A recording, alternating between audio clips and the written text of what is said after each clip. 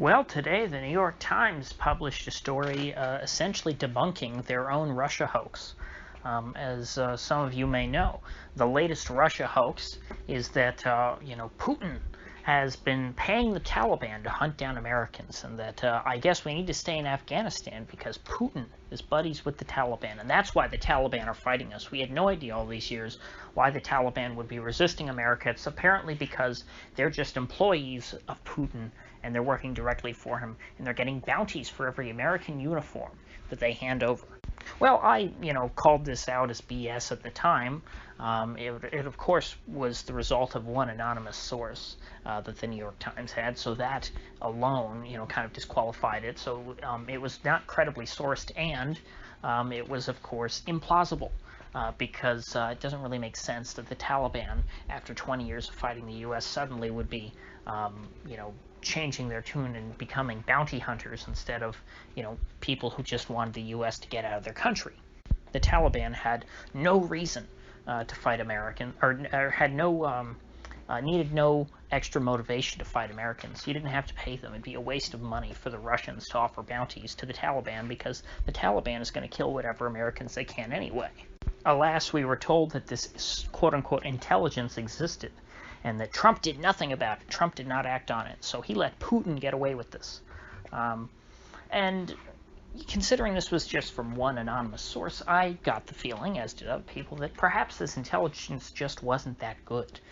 Maybe that's why the government didn't act on it, which wouldn't be surprising, considering that it is so implausible. I would be surprised if there was very solid intelligence that the Russians were doing something as redundant as paying bounties to the Taliban.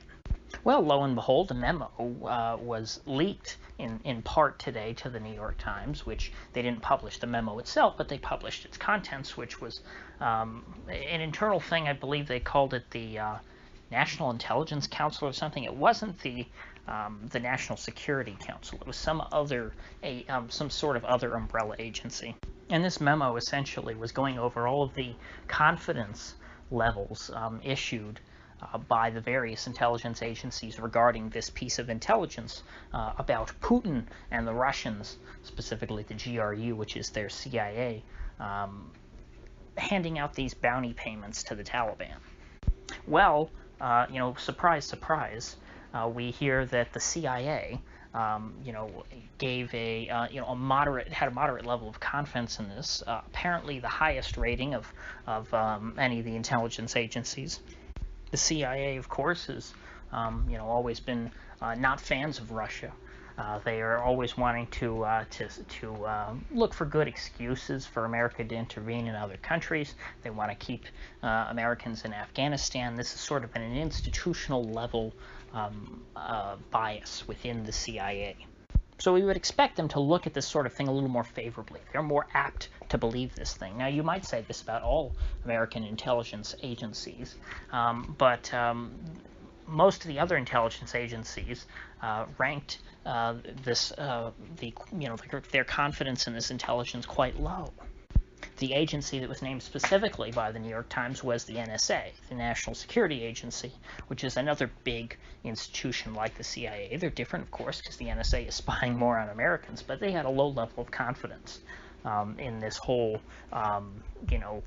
idea that Putin was paying off the Taliban.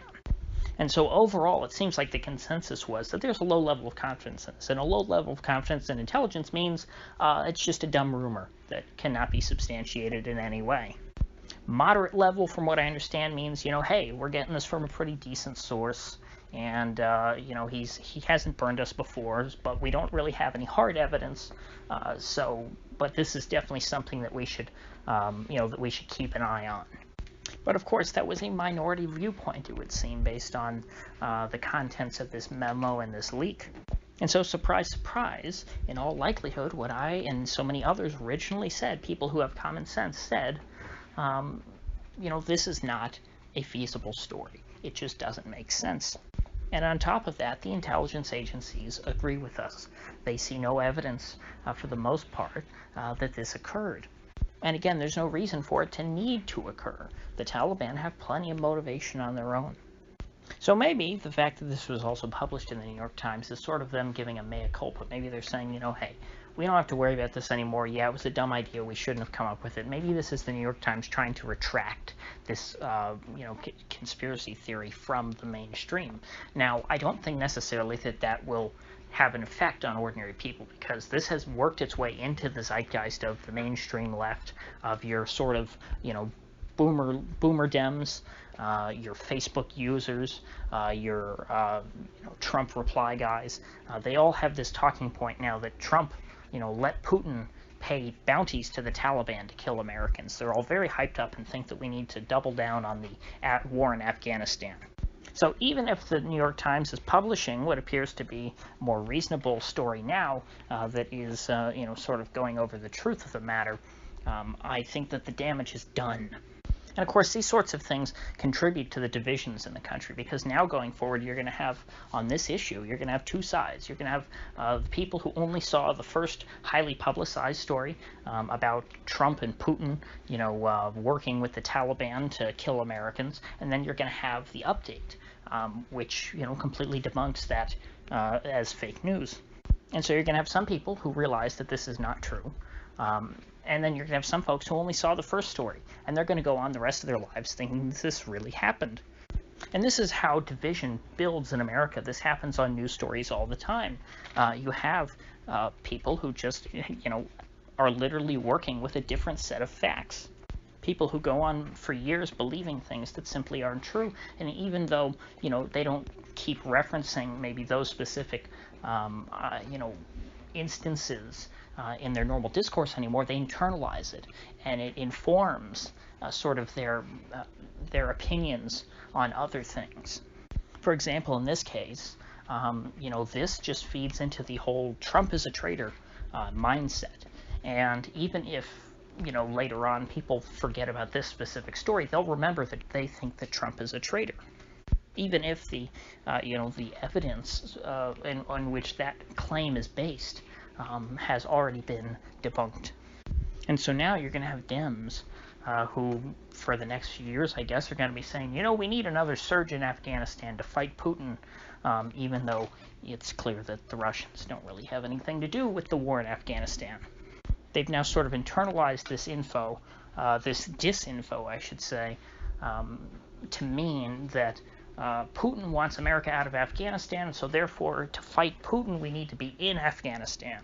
Something that I'm sure the CIA did very deliberately, something they're very happy about.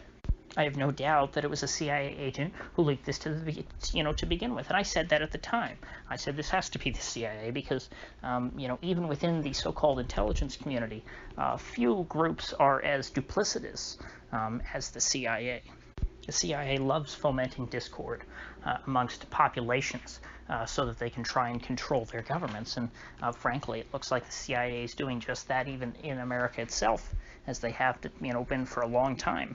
You can see the tactics that they've used in other countries, in Latin America and the Middle East, being repeated here.